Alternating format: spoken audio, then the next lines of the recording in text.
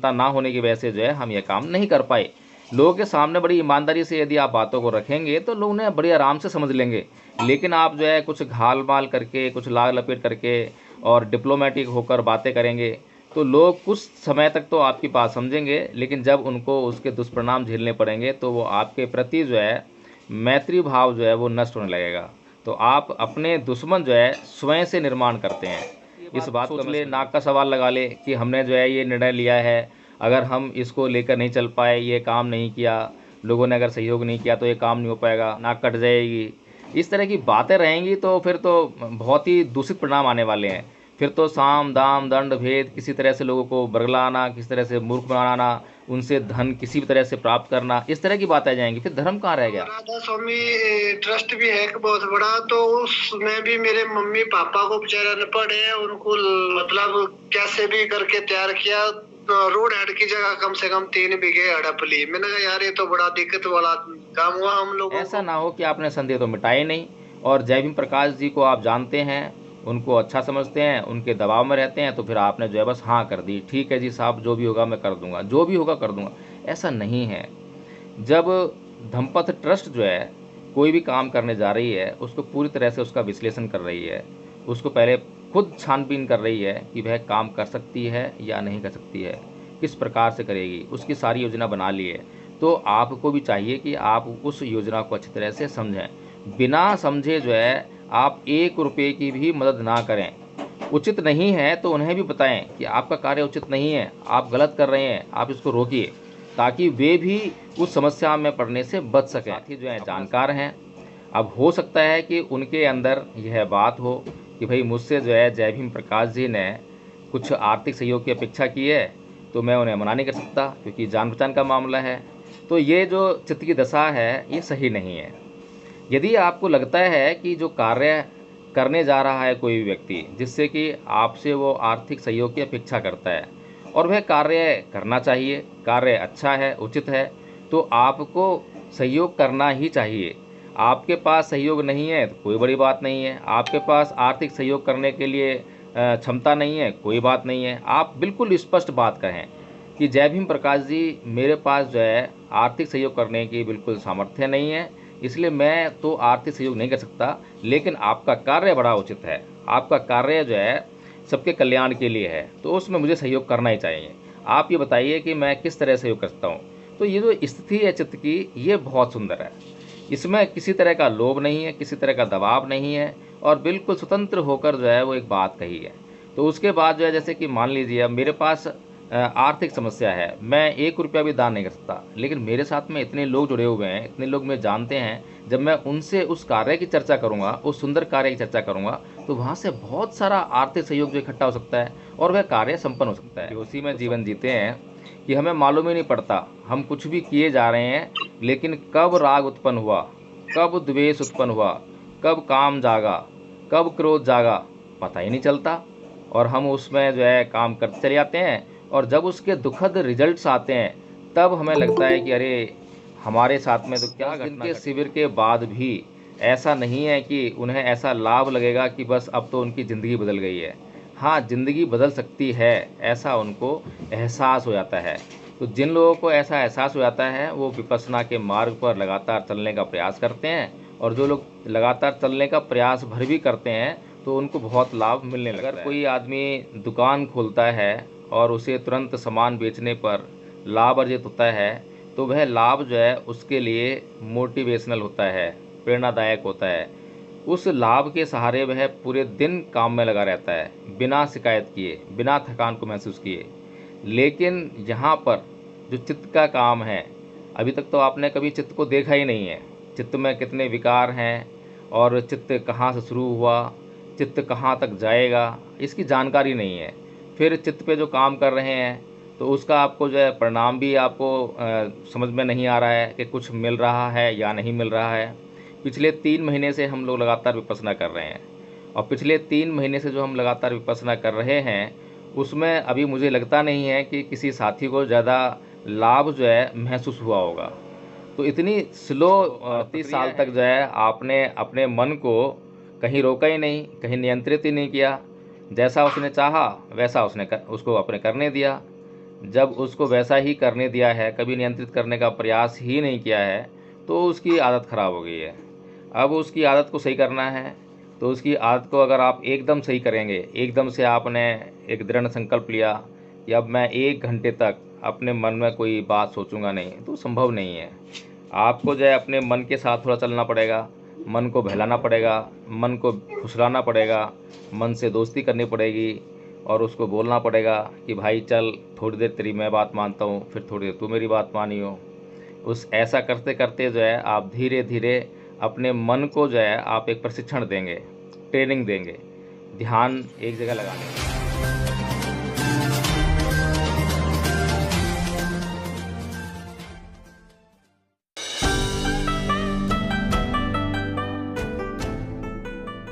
जब हम विपश्यना कर रहे हैं तो हमें इस बात का ध्यान रखना होता है कि हम जब विपश्यना करने बैठें या आनापान सती करने बैठें तो हमें पूरी तरह से सहनशील होना पड़ेगा। पूर्व के जो विकार हैं वो परेशान करेंगे ही, और अगर कुछ परेशानी हमें हो रही है तो हमें एक विश्वास होना चाहिए। विश्वास इस बात का कि जिस विधि को हमने अपनाया है वह विधि हमारे उद्देश्य को पूरा करने के लिए सक्षम है और वह ज़रूर पूरा करेगी। और फिर उसके बाद सहनशील होना बहुत ज़रूरी है। हमारी सहनशीलता का अभाव ही है कि जो जरा सी देर में हम विचलित होने लगते हैं। जरा सी खुजलाहट हुई तो विचलित हो गए, कहीं दर्द हुआ तो विचलित हो गए। हम सहनशील नहीं हैं तो बहुत जल्दी ध्यान टूटने वाला है, विपश्यना भंग होने वाली है। यदि हम सहनशील हैं तो हम अपने ध्यान को, हम अपनी विपश्यना को बहुत दूर तक ले जा सकते हैं, और इतना दूर तक ले जा सकते हैं, इतना लंबा समय उसमें व्यतीत कर सकते हैं कि हमारे सारे विकार जो पूर्व के हैं वो नष्ट हो सकते हैं, और जो उत्पन्न होने वाले हैं उनको हम उत्पन्न होने से रोक सकते हैं। तो ये जो सहनशीलता है, इसके साथ में हमें धैर्य भी रखना होता है। धैर्य विश्वास से ही उत्पन्न होगा। हमें विश्वास होना चाहिए कि जो कदम हमने उठाया है, जिस मार्ग पर हम हैं, वह पूरी तरह से सही है। अगर उस मार्ग के बारे में हमें कोई संशय हो, कोई संदेह हो, तो उस मार्ग पर चलने से पहले हमें उस मार्ग के बारे में पूरी तरह से छानबीन कर लेनी चाहिए, जांच कर लेनी चाहिए, हर प्रकार के संदेह को मिटा लेना चाहिए।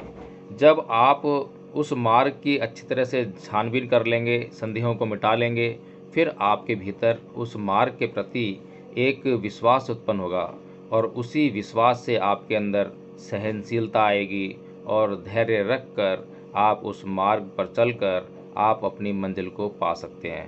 तो रचना, आप इन बातों का ध्यान रखें और लगातार ऐसी बातें आप प्रश्न करते हैं, बहुत अच्छी बात है। आपके प्रश्न आमंत्रित हैं, और जब भी कहीं शरीर में कष्ट हो तो सीधी सी बात है, उसका संबंध हमारे मन से है। कोई भी कष्ट हो रहा है, कोई भी शरीर में बीमारी है, सबका संबंध हमारे मन से है। हमने अपने मन को साधा नहीं, हमने अपने चित्त के विकारों को नष्ट नहीं किया, वो बने रहे, और जब वे बने रहे तो कभी ना कभी वो अपना सर उठाएंगे ही। बहुत महत्वपूर्ण विधि है ये विपश्यना की, और संसार के बहुत कम लोग जानते हैं, और भारत में जो बहुत गहराई है। जी सर, दिक्कत तो कोई नहीं आती है। जैसे कि अब सांसों पे ध्यान देने की कोशिश करते हैं तो मन भाग जाता है, कई नए नए काम आ जाते हैं यार इसको। वो तो बताया आपको कि पुरानी आदत है आपकी, मन की जो है, मन भटकता है। मन को भटकने आपने अब तक दिया है। आपकी उम्र 38 साल है, ऐसा ही है ना? लगने वाली है। हाँ जी। तो 38 साल तक जो है आपने अपने मन को कहीं रोका ही नहीं, कहीं नियंत्रित ही नहीं किया। जैसा उसने चाहा वैसा उसको अपने करने दिया। जब उसको वैसा ही करने दिया है, कभी नियंत्रित करने का प्रयास ही नहीं किया है, तो उसकी आदत ख़राब हो गई है। अब उसकी आदत को सही करना है, तो उसकी आदत को अगर आप एकदम सही करेंगे, एकदम से आपने एक दृढ़ संकल्प लिया कि अब मैं 1 घंटे तक अपने मन में कोई बात सोचूंगा नहीं, तो संभव नहीं है।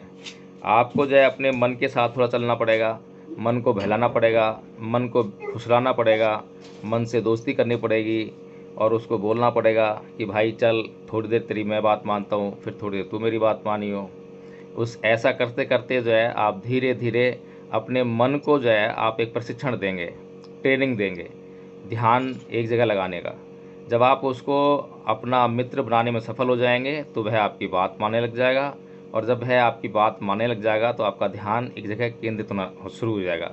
तो जब ध्यान एक जगह पर केंद्रित होना शुरू हो जाएगा, तब भी ये ऐसा नहीं है कि आप घंटों घंटों जो है ध्यान एक जगह लगा सकेंगे, तब भी कुछ क्षण के लिए, कुछ मिनटों के लिए आपका ध्यान एक जगह लग पाएगा। लेकिन निरंतर लगातार ऐसा अभ्यास करने से ही ऐसा संभव है। जैसा कि विपश्यना के दौरान देशराज जी ने एक बात कही थी कि जिस तरह से बाण को बनाने वाला बाण को बड़े धैर्य के साथ, सहनशीलता के साथ सीधा करने का काम करता है, वैसे ही ये जो हमारा चित्त है, मन है, बहुत दुरक्ष है, बहुत ज़्यादा चंचल है, बहुत तेज़ी से इधर से उधर हो जाने वाला है, इतना मुश्किल कार्य है इसको सीधा करना। तो उसको इस तरह से सीधा करना है जिस तरह से बाण बनाने वाला बाण को सीधा करता है। और इसको मैं कई बार बोल चुका हूँ। धम्मपद में बुद्ध ने इसी बात को पाली में बोला है कि फंदनंग चप्पलंग चित्तंग दुरखंग दुनिवार्यंग उजुंग करोति मेधावी उसुकारो व तेजनंग। तो इस बात को हमें बहुत ध्यान रखना है।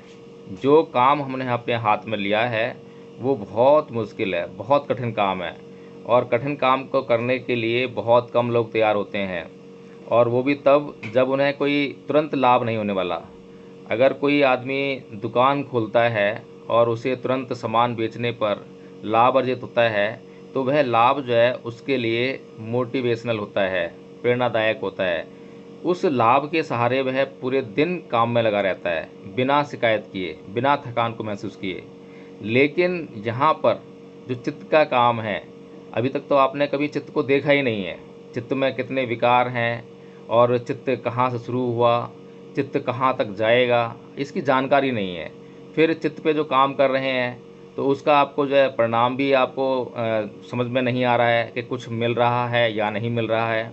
पिछले 3 महीने से हम लोग लगातार विपश्यना कर रहे हैं, और पिछले 3 महीने से जो हम लगातार विपश्यना कर रहे हैं उसमें अभी मुझे लगता नहीं है कि किसी साथी को ज़्यादा लाभ जो है महसूस हुआ होगा। तो इतनी स्लो प्रक्रिया है, इतना धीमी प्रक्रिया है, इसीलिए जो विपश्यना शिविर हैं वो 10 दिन के लगते हैं, और 10 दिन के लिए पूरी तरह से लोगों को वहाँ पर समर्पित होना पड़ता है। और जब कोई भी 10 दिन के लिए विपश्यना शिविर में समर्पित हो जाता है तो आप देखेंगे कि उसकी जो दिनचर्या है वो किस प्रकार की है। सुबह 4:30 बजे से शुरू होती है और रात को 10 बजे जाके समाप्त होती है। पूरा दिन ध्यान लगाना पड़ता है, ध्यान ही ध्यान, ध्यान ही ध्यान। और 3 दिन तक तो केवल आनापानसति होती है, उसके बाद विपश्यना शुरू होती है। तो अंतिम 6-7 दिन तक जो है वो विपश्यना होती है, तब जाकर कुछ लाभ जो है लोगों को महसूस होने लगता है। उस 10 दिन के शिविर के बाद भी ऐसा नहीं है कि उन्हें ऐसा लाभ लगेगा कि बस अब तो उनकी ज़िंदगी बदल गई है। हाँ, ज़िंदगी बदल सकती है, ऐसा उनको एहसास हो जाता है। तो जिन लोगों को ऐसा एहसास हो जाता है वो विपश्यना के मार्ग पर लगातार चलने का प्रयास करते हैं, और जो लोग लगातार चलने का प्रयास भर भी करते हैं तो उनको बहुत लाभ मिलने लगता है।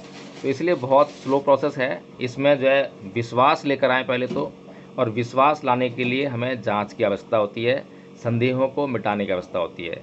इसलिए जो भी आचार्य हैं, गुरु हैं, जिनके मार्गदर्शन में आप जो है विपश्यना कर रहे हैं, ध्यान कर रहे हैं, उनसे सबसे पहले जो है आप प्रश्न कीजिए, लगातार प्रश्न कीजिए। आपको तनिक भी समस्या हुई, जैसे रचना ने जरा सी समस्या होते ही और अपनी परेशानी बताई है, इसी प्रकार से कोई भी मन में सवाल उत्पन्न हो रहा है, कुछ भी कठिनाई उत्पन्न हो रही है, उसको आप जो है चर्चा कीजिए। चर्चा करेंगे तो जो है उनका समाधान भी निकलेगा। जी, और किसी का कोई प्रश्न है क्या? सर इसमें जैसे कि आपने बोला ट्रेनिंग क्या होता है, क्योंकि हमें हिमाचल के बंदे थोड़े भोले होते हैं हम, और जगह पे भी कहीं गए ऐसे पैसे भी लिए, बोले गुरु दीक्षिणा के भी पैसे लगेंगे, ये करेंगे वो। मैंने कहा ठीक है भाई। अब बाद में जब आपत्ति आए तो मैंने कहा यार अब तो खाली हो गया, अब तो कुछ नहीं रहा अपनी जेब में भी, तो क्या करें। तो आपने जो बातचीत की तो मुझे अच्छा लग रहा है भाई। अब देखते हैं, स्टडी कर रहे हैं धीरे धीरे सर। जी, तो जैसा कि धम्मपथ ट्रस्ट के माध्यम से इस गूगल मीट में हम लोग जो है ध्यान शिविर लगाने का प्रयास करते हैं रोज़ सुबह आधा घंटे का, और आधा घंटे की हम चर्चा करते हैं। तो अभी हमारा जो कार्यक्रम चल रहा है आधा घंटे के उपरांत का कार्यक्रम चल रहा है, यानी धर्म चर्चा काम चल रहा है। इसमें हम लोग समस्याओं पे बात करते हैं और कुछ ना कुछ विषय लेकर उस पर बात करते हैं। तो सबसे पहले तो हमें अपने चित्त को शुद्ध करना पड़ता है। अब चित्त की शुद्धि में जो बाधाएं हैं वो कौन कौन सी हैं, तो इनको समझना चाहिए। और हम जो है सुबह सुबह वंदना करते हैं। वंदना में 5 सील ग्रहण करते हैं। जो हमारे ये 5 सील हैं यही हमारे चित्त को शुद्ध करने में सहायक सिद्ध होते हैं। तो 5 सील जब हम लेते हैं तो हमारे मन के अंदर जो विकार होते हैं, जो समस्याएं होती हैं, जैसे कि काम, क्रोध, मोह, लोभ, द्वेष, तृष्णा, ईर्ष्या, राग, ये जो समस्याएं हैं, ये समस्याएं सबसे पहले तो हम इतना बेहोशी में जीवन जीते हैं कि हमें मालूम ही नहीं पड़ता। हम कुछ भी किए जा रहे हैं, लेकिन कब राग उत्पन्न हुआ, कब द्वेष उत्पन्न हुआ, कब काम जागा, कब क्रोध जागा, पता ही नहीं चलता। और हम उसमें जो है काम करते चले जाते हैं, और जब उसके दुखद रिजल्ट्स आते हैं तब हमें लगता है कि अरे हमारे साथ में तो क्या घटना घट गई। क्योंकि हम बेहोशी में जी रहे थे, इसलिए हम उस घटना का असेसमेंट भी नहीं कर पाते, उसका विश्लेषण भी नहीं कर पाते, जिसके कारण वो घटनाएं हमारे साथ में निरंतर चलती रहती हैं और जीवन में हम लगातार दुख भोगने के लिए मजबूर होते हैं। तो सबसे पहले जो है हमें अपने चित्त को परिशुद्ध करना होता है। जब भी हम कुछ काम करने जाएं तो उसमें से सबसे पहले हम अपने जो लोभ की जो दशा होती है चित्त की, उसको दूर करना होता है। जानना होता है कहीं उस कार्य में कोई लोभ तो नहीं है। उदाहरण के लिए कल मैंने एक साथी को धम्मपथ ट्रस्ट के कार्यक्रम के लिए दान देने के लिए कहा, सहयोग करने के लिए कहा। तो 2 तरह का सहयोग हमने अभी जो अपने व्हाट्सएप ग्रुप्स के माध्यम से, फेसबुक के माध्यम से हमने जो है प्रसारित किया है कि आप जो है या तो 10,000 रुपये का सहयोग करके आजीवन ट्रस्टी बन सकते हैं ट्रस्ट के, और या फिर आप जो है 10,000 रुपये का सहयोग नहीं कर सकते हैं तो 1,000 रुपये का सहयोग करके आप जो है प्रति वर्ष 1,000 रुपये सहयोग करके आप इसके सदस्य बन सकते हैं, साधारण सदस्य। तो उन साथी ने जो है रिप्लाई किया कि साहब मैं जो है 10,000 रुपये का जो है सदस्य तो नहीं बन सकता, लेकिन मैं एक साधारण सदस्य बनने का प्रयास करूँगा। तो कहने का मतलब ये है कि वो साथी जो हैं जानकार हैं। अब हो सकता है कि उनके अंदर यह बात हो कि भाई मुझसे जो है जय भीम प्रकाश जी ने कुछ आर्थिक सहयोग की अपेक्षा की है, तो मैं उन्हें मना नहीं कर सकता क्योंकि जान पहचान का मामला है। तो ये जो चित्त की दशा है ये सही नहीं है। यदि आपको लगता है कि जो कार्य करने जा रहा है कोई व्यक्ति, जिससे कि आपसे वो आर्थिक सहयोग की अपेक्षा करता है और वह कार्य करना चाहिए, कार्य अच्छा है, उचित है, तो आपको सहयोग करना ही चाहिए। आपके पास सहयोग नहीं है तो कोई बड़ी बात नहीं है। आपके पास आर्थिक सहयोग करने के लिए क्षमता नहीं है, कोई बात नहीं है। आप बिल्कुल स्पष्ट बात कहें कि जय भीम प्रकाश जी, मेरे पास जो है आर्थिक सहयोग करने की बिल्कुल सामर्थ्य नहीं है, इसलिए मैं तो आर्थिक सहयोग नहीं कर सकता, लेकिन आपका कार्य बड़ा उचित है, आपका कार्य जो है सबके कल्याण के लिए है, तो उसमें मुझे सहयोग करना ही चाहिए। आप ये बताइए कि मैं किस तरह सहयोग कर सकता हूँ। तो ये जो स्थिति है चित्त की, ये बहुत सुंदर है। इसमें किसी तरह का लोभ नहीं है, किसी तरह का दबाव नहीं है, और बिल्कुल स्वतंत्र होकर जो है वो एक बात कही है। तो उसके बाद जो है जैसे कि मान लीजिए अब मेरे पास आर्थिक समस्या है, मैं 1 रुपया भी दान नहीं कर सकता, लेकिन मेरे साथ में इतने लोग जुड़े हुए हैं, इतने लोग मुझे जानते हैं, जब मैं उनसे उस कार्य की चर्चा करूँगा, उस सुंदर कार्य की चर्चा करूँगा, तो वहाँ से बहुत सारा आर्थिक सहयोग जो इकट्ठा हो सकता है और वह कार्य संपन्न हो सकता है। तो सबसे पहले हमें ये निर्णय लेना पड़ता है कि जो कार्य कोई व्यक्ति हमसे चर्चा कर रहा है जिस बात की, क्या वह सही है या गलत है। सबसे पहला काम, अगर वो सही है तो उसके उद्देश्य के प्रति हमें समर्पित हो जाना ही पड़ता है। अगर हम समर्पित हो गए तो बिल्कुल सही काम हो जाएगा और काम होकर ही रहेगा। तो बस इतना सा, चाहे वो ध्यान का मामला हो, विपश्यना का मामला हो, चाहे वह कोई कार्यक्रम आयोजित करने का मामला हो, कोई अभियान, हमने जैसे कि अभी हमने एक अभियान शुरू करने का निर्णय लिया है कि भारत में हम जो है 5 लाख झंडे पंचशील के लगाएंगे, घरों पर, दुकानों पर और मार्गों पर। तो ये जो हमारा जो निर्णय है, इसके बारे में पहले पूरी गहन जांच कर लेनी चाहिए, चर्चा कर लेनी चाहिए। हर तरह का इस बारे में कोई संदेह हो तो उसको मिटा लेना चाहिए। ऐसा ना हो कि आपने संदेह तो मिटाए नहीं और जय भीम प्रकाश जी को आप जानते हैं, उनको अच्छा समझते हैं, उनके दबाव में रहते हैं, तो फिर आपने जो है बस हाँ कर दी, ठीक है जी साहब, जो भी होगा मैं कर दूंगा, जो भी होगा कर दूंगा। ऐसा नहीं है। जब धम्मपथ ट्रस्ट जो है कोई भी काम करने जा रही है, उसको पूरी तरह से उसका विश्लेषण कर रही है, उसको पहले खुद छानबीन कर रही है कि वह काम कर सकती है या नहीं कर सकती है, किस प्रकार से करेगी, उसकी सारी योजना बना ली है। तो आपको भी चाहिए कि आप उस योजना को अच्छी तरह से समझें। बिना समझे जो है आप 1 रुपये की भी मदद ना करें। उचित नहीं है तो उन्हें भी बताएं कि आपका कार्य उचित नहीं है, आप गलत कर रहे हैं, आप इसको रोकिए, ताकि वे भी उस समस्या में पड़ने से बच सकें। अपना समय खराब करेंगे, अपना पैसा खराब करेंगे, अपनी एनर्जी खराब करेंगे। तो यदि हम जो है दूसरों के प्रति मैत्री भाव रखते हैं, दूसरों के लिए कल्याण की भावना रखते हैं, तो हम उनके मित्र बनकर उनकी सहायता में समर्पित हो जाएं। इसी बात में चित्त की शुद्धता है, इस बात को हमें समझना चाहिए। तो बताइए, और साथ ही किसी का प्रश्न हो तो। सर जो आपने थोड़ी सी वो राधा स्वामी ट्रस्ट भी है एक बहुत बड़ा, तो उसमें भी मेरे मम्मी पापा को बेचारे अनपढ़ है, उनको मतलब कैसे भी करके तैयार किया। रोड हेड की जगह कम से कम 3 बीघे हड़प ली। मैंने कहा यार ये तो बड़ा दिक्कत वाला काम हुआ हम लोगों को। तो क्योंकि इस तरह से भी हमने देखे, हर आदमी को कई ब्लेम लगते हैं। वो बच्चे 3 भाई है तो हमें तो दिक्कत आती है। अब हमें हर चीज आप सही बोल रहे, सोच समझ के करना पड़ रहा है। बिल्कुल। क्योंकि जो मेरी जिंदगी है आज तक मैं कितना कर जूझ रहा हूँ, कैसे कैसे जूझ जाऊंगा मुझे पता है सर। जी जी। किसी भी संस्था में जुड़ता हूँ, मैं बोलता हूँ यार हेल्प कर सकते हैं किसी गरीब की कि नहीं। स्टार्टिंग में भी मैंने यही बात की थी जी। हाँ, उस तरह से तब जुड़ने का फायदा वहाँ होता है। अब वो उतनी हेल्प की है, वो लोग मेरी मम्मी पापा की भी कोई हेल्प नहीं कर पा रहे हैं, नहीं तो हमारी तो चलो काहे की करनी। जी जी। तो कभी भी हम जो है इस अब ट्रस्ट ये बात सोच ले, नाक का सवाल लगा ले कि हमने जो है ये निर्णय लिया है, अगर हम इसको लेकर नहीं चल पाए, ये काम नहीं किया, लोगों ने अगर सहयोग नहीं किया तो ये काम नहीं हो पाएगा, तो ट्रस्ट की नाक टूट जाएगी, नाक क्या कहते हैं, नाक कट जाएगी, इस तरह की बातें रहेंगी, तो फिर तो बहुत ही दूषित परिणाम आने वाले हैं। फिर तो साम दाम दंड भेद, किसी तरह से लोगों को बरगलाना, किसी तरह से मूर्ख बनाना, उनसे धन किसी भी तरह से प्राप्त करना, इस तरह की बातें आ जाएंगी। फिर धर्म कहाँ रह गया। धर्म का मतलब यही है कि हर समय आप अपने मन को जो है शुद्ध बनाए रखें। आपने ईमानदारी रखनी है, ईमानदारी से काम करना है। आपके पास आर्थिक समस्या बनी रही, इसकी वजह से आप कोई कार्य नहीं कर पाए, तो लोगों को मैसेज दें कि साहब हमारे पास जो है आर्थिक समस्या बनी रही, हमारी आर्थिक समस्या सुलझी नहीं, वो क्या नाम है, हमारी आर्थिक संपन्नता ना होने की वजह से जो है हम ये काम नहीं कर पाए। लोगों के सामने बड़ी ईमानदारी से यदि आप बातों को रखेंगे तो लोग उन्हें बड़ी आराम से समझ लेंगे। लेकिन आप जो है कुछ घाल माल करके, कुछ लाग लपेट करके और डिप्लोमेटिक होकर बातें करेंगे, तो लोग कुछ समय तक तो आपकी बात समझेंगे, लेकिन जब उनको उसके दुष्परिणाम झेलने पड़ेंगे तो वो आपके प्रति जो है मैत्री भाव जो है वो नष्ट होने लगेगा।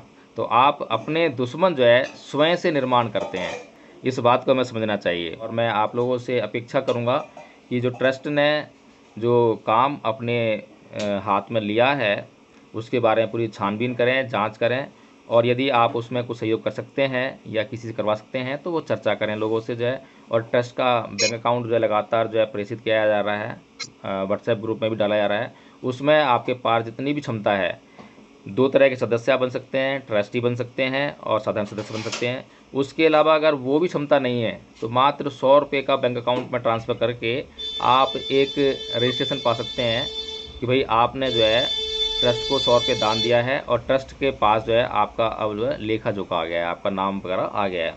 तो इस तरह से भी आप जो है हेल्प कर सकते हैं और साथ में जुड़ सकते हैं। सबसे महत्वपूर्ण बात यह है कि हम साथ में आएँ। साथ में आएंगे तो कुछ नहीं तो विपස්සना तो कर ही रहे हैं, बाकी दूसरे जो काम हैं होंगे नहीं होंगे वो बात की बात है। साधन आ जाएगा तो काम हो जाएगा, साधन नहीं आएगा तो और वेट कर लेंगे, कोई समस्या नहीं है। इसलिए सबसे महत्वपूर्ण है कि हम जो है बड़ी ईमानदारी के साथ में आपस में एक साथ आएँ। सब्बे सत्ता सुखी होन्तु, सब्बे होन्तु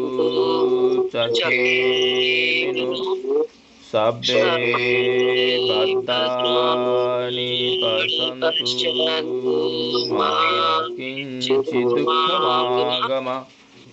संसार के सभी प्राणी सुखी रहें, किसी को कोई भी कष्ट न हो। यदि किसी को कोई कष्ट हो तो उन्हें अपने कष्टों को दूर करने का एक सम्यक मार्ग उपलब्ध हो, सम्यक मार्ग उपलब्ध हो, सम्यक मार्ग उपलब्ध हो। भवतु सर्वमंगलं, भवतु सर्वमंगलं, भवतु सर्वमंगलं। सभी को जय भीम, नमो बुद्धाय।